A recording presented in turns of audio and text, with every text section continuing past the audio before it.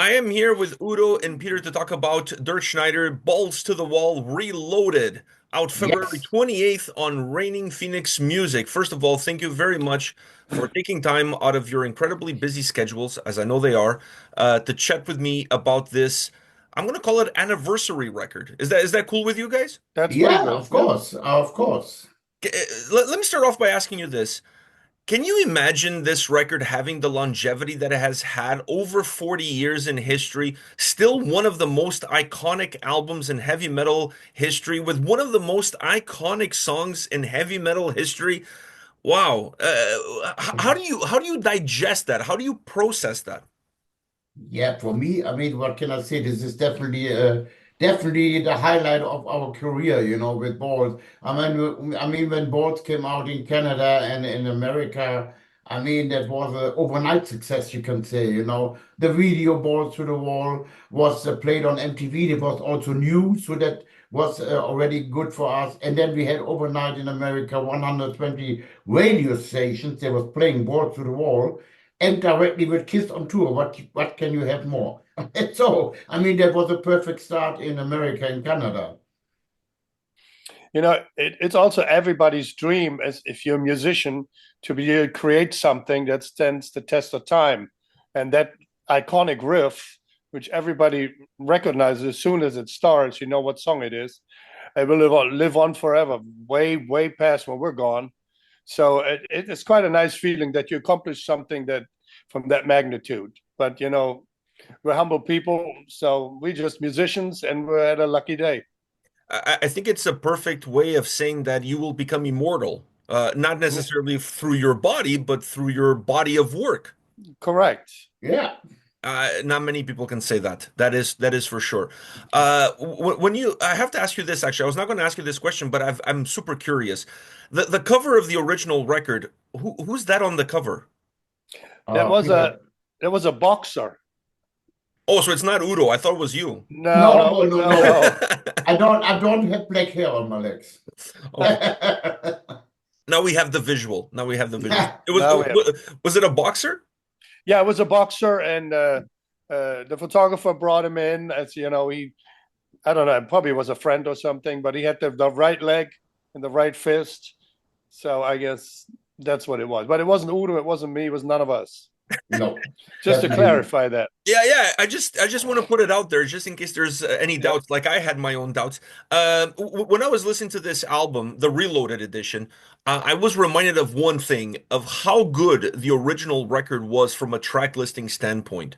And I Correct. think Yes. when the album came out in 1983, people cared more about side A, side B on a vinyl. People listened to actual records, not just songs.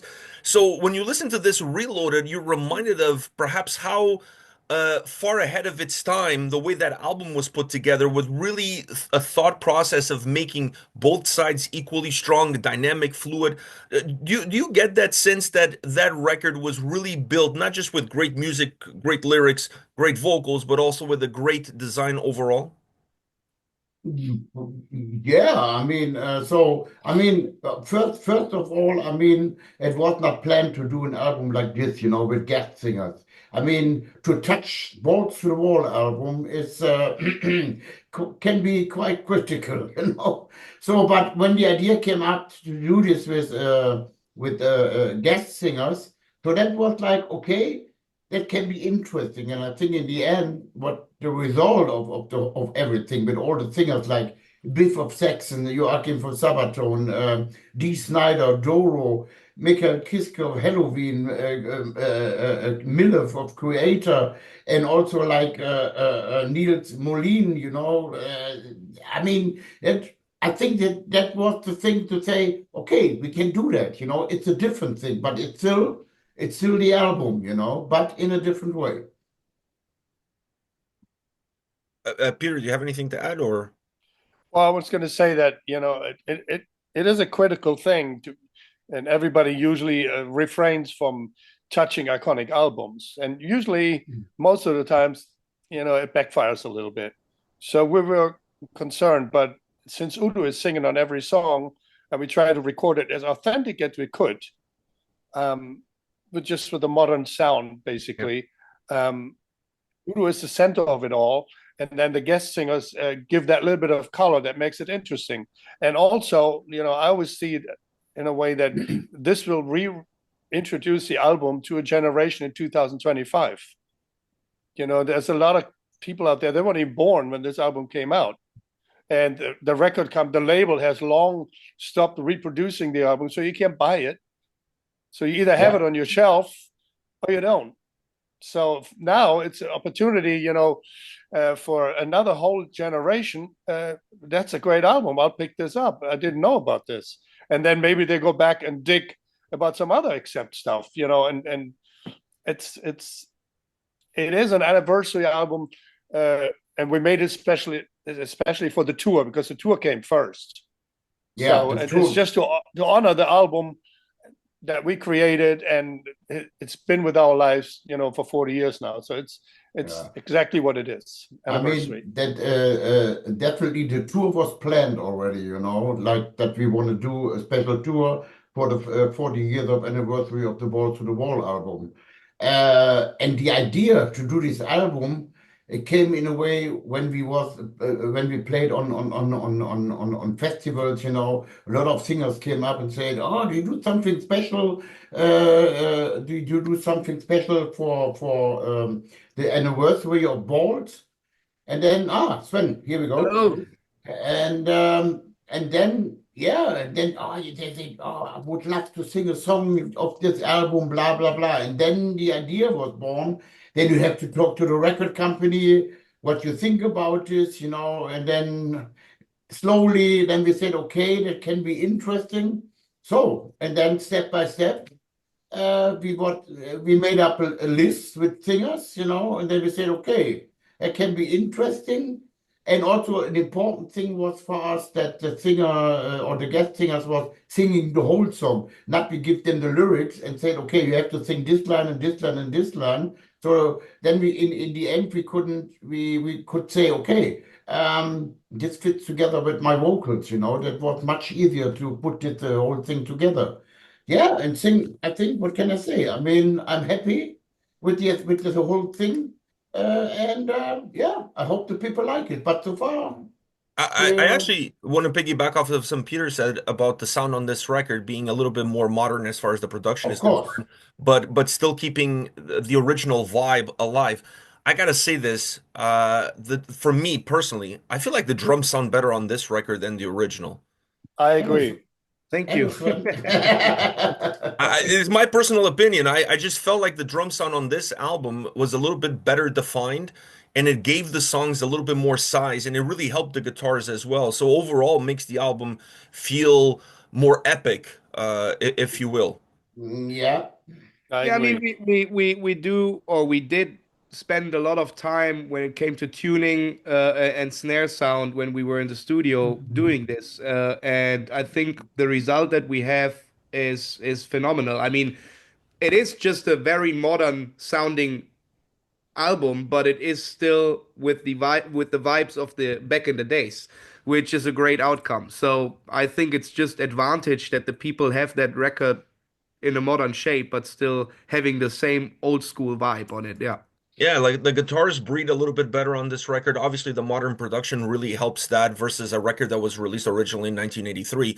But sound-wise, the album just feels more powerful. But yeah, I definitely have to give you some kudos on the drums. Definitely a much better overall drum sound on this Thank you. reloaded edition. I noticed that immediately as I was going through the record. I want to ask you guys about the guest singers, a couple of questions. First, as far as losers and winners is concerned.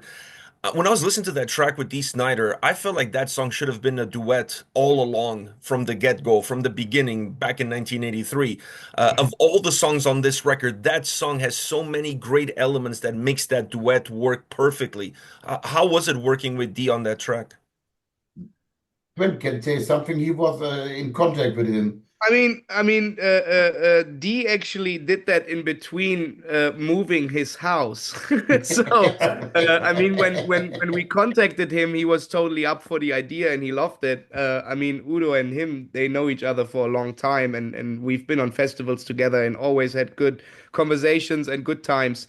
And he was totally up for it, but he said, dude, look, I don't have a studio because I'm moving stuff, so I have to find an alternative. And I went back and forth with him to get it done, and then he finally said, I found something, let me do it. And I was blown away by the vocal performance, and for what I heard, he did it in 2 hours.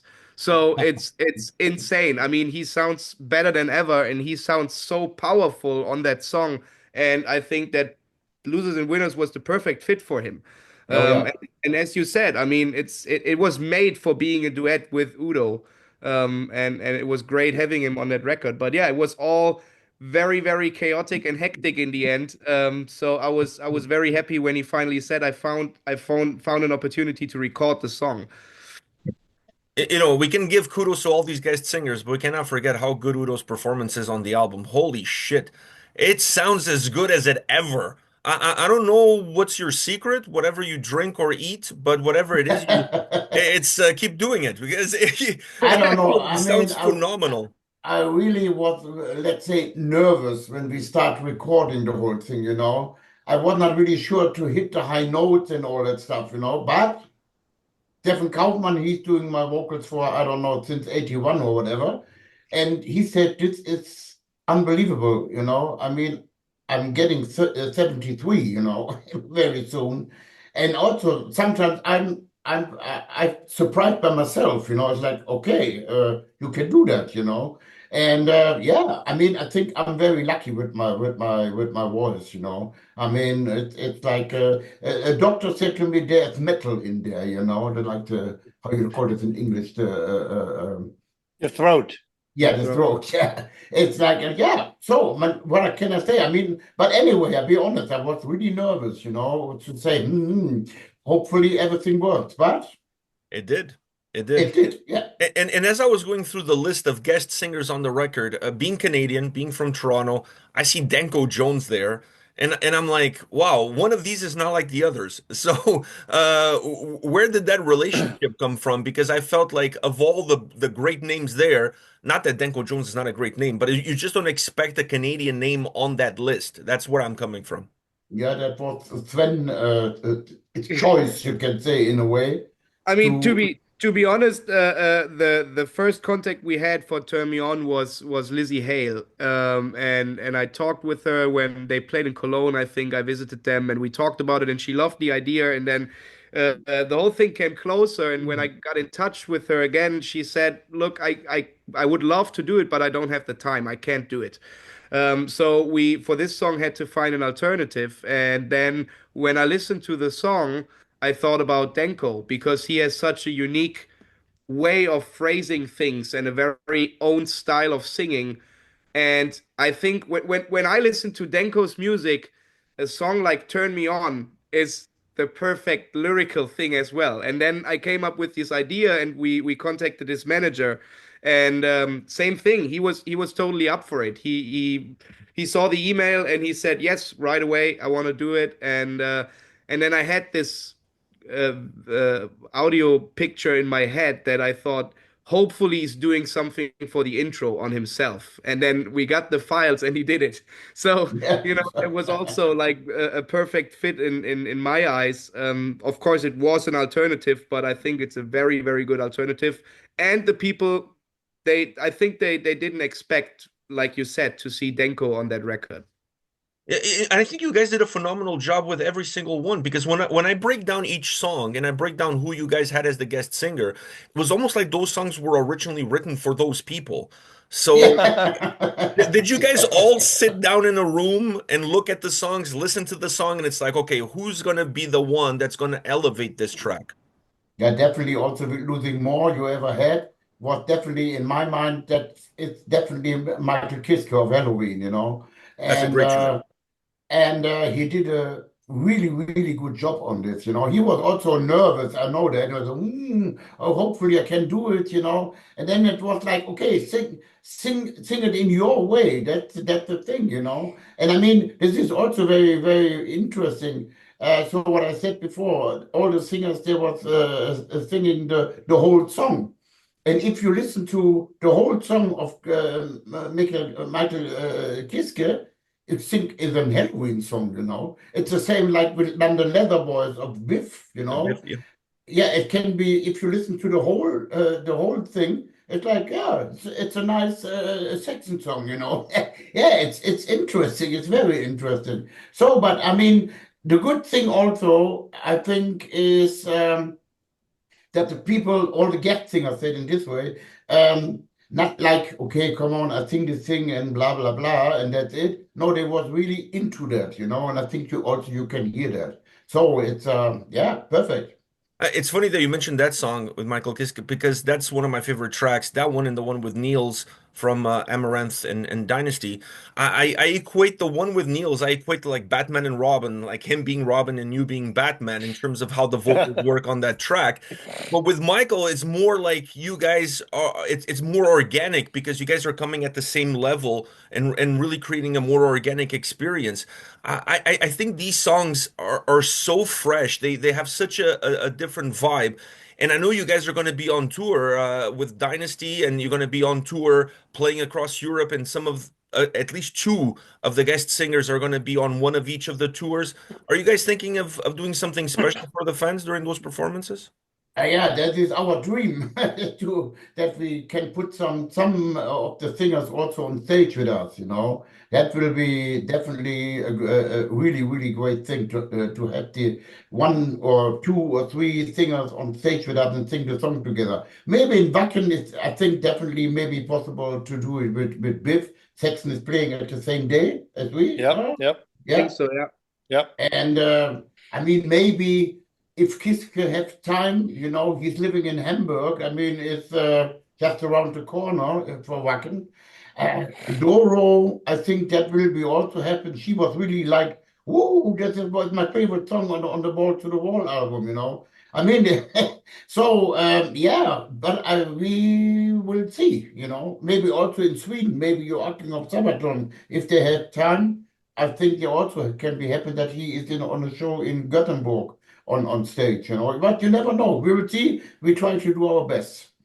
When you guys were recording this Reloaded record, I know you guys wanted to keep the sound as close to the original as possible, Mhm. but does creating an album like Reload also give you a chance maybe to fix a few mistakes that the original had that now you, with time, a little bit more wiser, maybe you want to try a different thing here and there? Yeah, of course. I mean, also vocal-wise, you know, I mean, after 40 years, you learn more about timing, phrasing, and all that stuff. I think it's more, how you can say it, it's more solid, you know, what also with what I did with the vocals than it was in 40 years ago. I mean, at 40 years ago, we were very young, you know, like, oh yeah, we want to make music and here we go. And but now, I mean, after 40 years, you're more solid with a lot of things. I think the Peter was also like with the bass guitar, maybe you can Yeah, also it say was something a about this. yeah, it was quite a challenge because you know I think I was 19 when we recorded this, or 20, I don't remember, something like that. But I didn't know much, honestly. I wasn't the greatest player at the time. Developed over the years, but I had to really think, what am I going to do? Am I going to replicate what I did then? You know, I'm 65 now. I'm not doing that. So I played the versions that I play live for the last 30 years, which changed the songs just a tiny little bit. Nobody's going to notice. But if you know the bass, then you notice that, oh, he's playing that different. He's playing that different. But that's how the song evolved. And I guess we all did. You know, Sven played some things differently on the drums than they were original, which I like. It Mhm. gives it a modern, a fresh, that's what you mentioned, a fresh touch, a fresh start, Yeah. to be quite honest. Yeah, that's exactly the vibe that I got when I was listening to it. And as I'm listening to this record, to this Reload edition, and seeing the tour dates that you guys have coming up to celebrate this album, I have to wonder, are you guys ever tired of playing balls to the wall? Good question. Let's say this, we don't have to rehearse the song, you know. But I mean, when we go on stage and start with this song, you know, this is a miracle. I mean, now we have three generations in the audience, you know, and also young people that sing this song, you know. It's never getting old, and then the whole reaction is still like, yes. You know, I mean, it's the same with like maybe Deep Purple with Smoke on the Water, you know. It's like maybe, oh no, come on again. No, the people want to hear that, you know, and that I think why not give the people what they want, you know? And you know, I'm not tired to on stage, definitely not. Rehearsing is a little bit like okay, but I mean, it's also a story. I mean, when we record the Ball to the Wall with the Reloaded album, I was singing the song in once. And then I said, okay, Stefan, what I have, it's okay. Yeah, you are done. I said, you are joking. No, he said, it's done. I mean, you played this song so many times live on stage. That was it. It was one take, and that's it. So, I mean, it's also very funny for me. It was like, oh, okay, you know. And I mean, Stefan Kaufmann, he knows exactly if my vocals are okay or not, you know. I mean, he's doing this for, I don't know, since 81 or whatever, long time ago. He's the Go most ahead. critical. He's the most critical of all of us. Oh, 'Cause yeah. he remembers every freaking detail. So you know, if you go in and you play something that's not correct, and he'll point it out, and he hears it on drums, vocal, doesn't matter, guitars, you know. So it was good to have him in the mix because he was like the anchor that held it all together. I have to Yeah, give I him mean, kudos for that. he was also, you know, of course, he was also together with the guitar players, you know, to show them exactly how to have, they have to play the song, you know. So he was, what Peter said, he was really helpful also with the whole recording stuff. I just want to finish this conversation by saying thank you for you guys to put this record together. Thank I you. think it's a great way of celebrating your very own legacy with an album like this. It was so much fun to hear it and to go through the experience of listening to these different vocalists accompanying you guys on these tracks. I think if you're going to celebrate 40 plus years of a record, this is the way to do it. Not remastering what was done originally, just like do it, but do it right, do it now. Give the fans almost a brand new record at the same time that you're giving them something that they love from the past. So thank you very Yes, much for all of you to doing this, and thank you very much for all of you to taking the time to chat with me about it. Okay, you're thank you so welcome. Thank much. you very much. Great Take care, Okay. guys. Take Bye. care. Bye.